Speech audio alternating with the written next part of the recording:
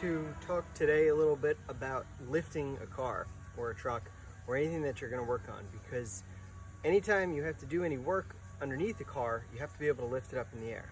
And one of the critical things is to be able to do that in a very safe manner. There's been many accidents out there, usually outside of auto shops, but sometimes inside of an auto shop, where people get hurt because they lift a car using some means that's not really the right way. So I'm going to try to show you the best way to do that if you're at home. When we get together in the shop next month, we have a big program on teaching you how to use an automotive lift, which mechanics use to lift the car safely in the air and be able to get underneath it and work on it.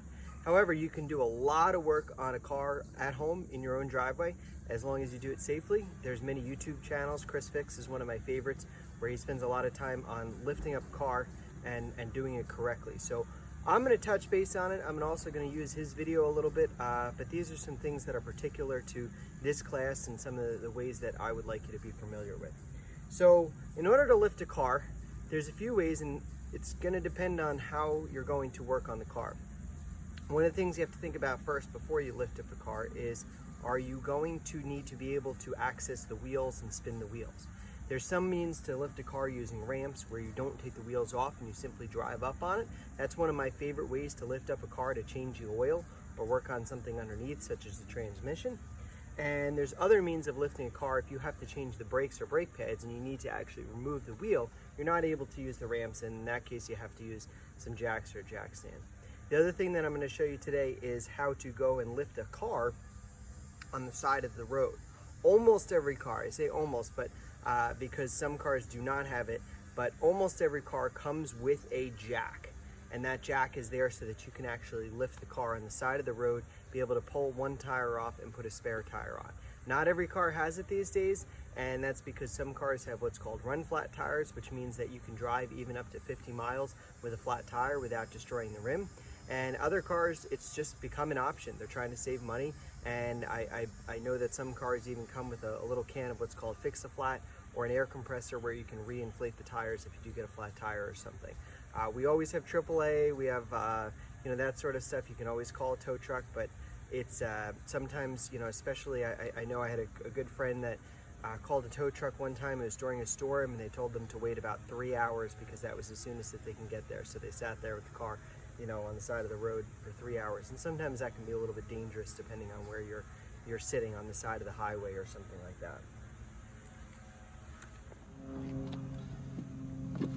So I'm going to start off this presentation with a talk about what's called ramps. Now, ramps have been around for a really long time. They're a great tool to use. Basically, the way that this works is they come in a pair. You have to have two of them, and you put them underneath either the front tires or the back tires, whichever you're going to work on, and you simply drive the car up onto the ramp. There's a little lip on the front of them so that you don't accidentally drive over it, because that could be kind of bad. You could get stuck on them. And nowadays, these things are really great because they're very strong, and they're even what's called stackable, which means that the one will sort of stack on top of the other. Now, it is made of plastic, which seems a little bit crazy because you think, how is some cheesy plastic ramp going to hold up my car? But the way that they engineer modern plastic and the structural integrity of it is great, and it can easily withstand even my truck, which weighs about 6,000 pounds or so. They do make some metal ones as well. There's some older ones that you have to be a little bit careful about. They didn't have anything in the center. It was sort of a basic cheesy metal style, and there was some talk about some of those things actually sort of collapsing as you drove up them. But there is some safety techniques that you have to consider when you're using these. So either way, the first thing that you want to do is just inspect it. If you do have a set of ramps, you can just take a look around, make sure that nothing is majorly bent or crooked or cracked or something like that. Especially if you leave them outside. I often leave mine outside behind the garage, and they get kind of full of cobwebs and things, and that's okay. But so just take a quick visual inspection, look through each one of them, make sure that they're all safe and secure for you to use. All right. As a side note, these are usually available at Home Depot. I think they're like $40. I don't get any sponsored credit from Home Depot. So Home Depot is one nice option where you can get them. In auto parts store. Harbor Freight does have some of these things. Just be a little bit careful. Some Harbor Freight stuff is fantastic. Other stuff you have to be a little bit careful. I know they just had a recall on their jack stands because those were potentially collapsing. So some great stuff, some not. You just have to be careful about what you choose to purchase. It is a good idea to try and save some money when you do it so that you can actually afford to buy them. But if you're going to work on a car, and let's say one of the first major tasks that we're going to work on a car is actually changing the oil in the car, and this is a great tool to do that, to change the oil in the car. So if you're considering working on your car at home, again, you don't have to, but if you're going to consider the first task of changing your own oil, this is a nice investment. You only have to buy them once. They last for many years, and they're a great tool to have in the shop. And again, you can kind of store them outside behind the shed or something like that. So let me show you how to use them.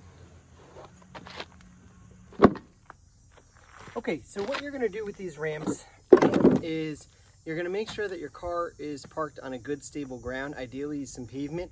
This can be a little bit tricky. You certainly don't want to do it on real soft ground that's wet and where this stuff might sink. You want these ramps to be able to withstand the weight of the car and not sink into the ground. If you were to do this on grass or wet grass, as you drive up on them, the small footprint of this would actually sink down into the grass. So you certainly don't want to do it on mud or anything like that. The ideal surface is some kind of pavement. My driveway is pretty beat up from construction, but it does have good solid ground, so it'll do the trick. What you'll do is you will take and each ramp, and you'll start off with car off and in park, and you will sort of slide it underneath each tire until it's basically touching it.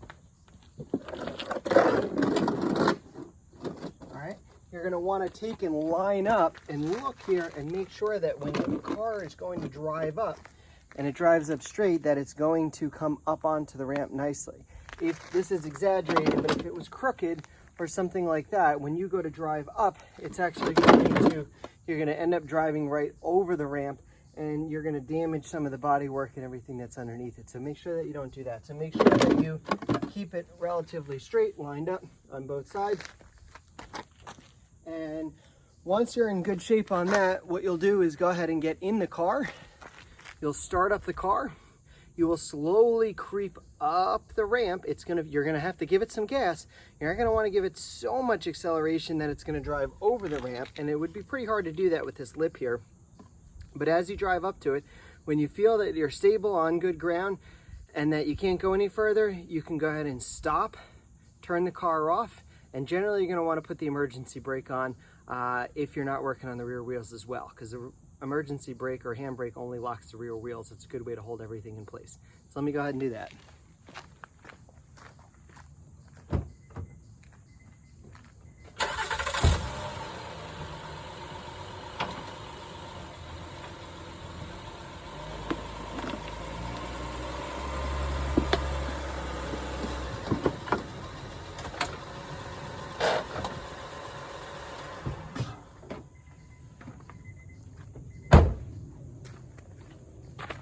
Okay, it might be a nice idea to have somebody with you, guiding you, so that as you do get to the top of this, you can take a look and make sure that they can tell you when to stop. I'm looking here, and the tire is kind of right up to this lip. It's good and stable on there. I'm going to go ahead and inspect all around it and make sure that everything is seated and footed well. So let me move over here as an example, and now you can see the car is up on the ramp, the tires are in good shape, and you are all set. All right. One last thing that I would recommend doing is you can use a block as a what's called a wheel chock. And wheel chock is a really important thing for not only ramps, but any kind of time that you are jacking up a car. Let me show you a wheel chock. I don't have any proper ones in the shop. We do have some really proper, appropriate ones.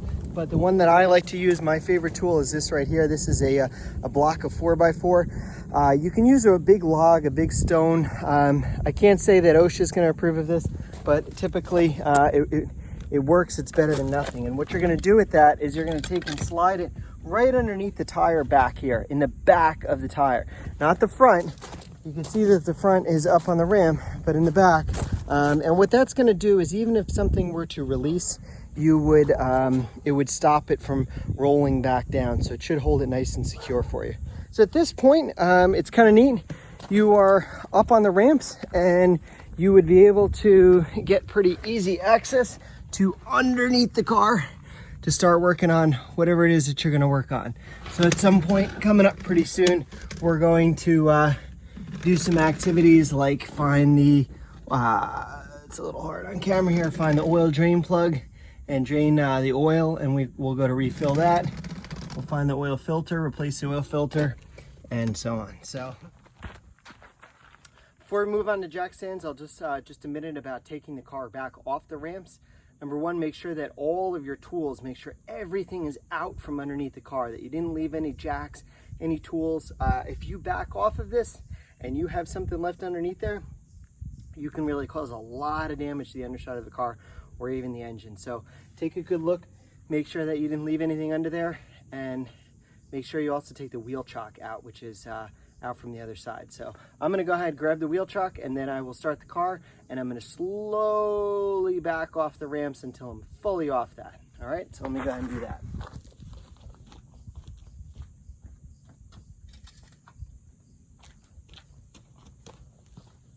Wheel chock out. Foot on the brake. Take the emergency brake off. In reverse and slowly back off.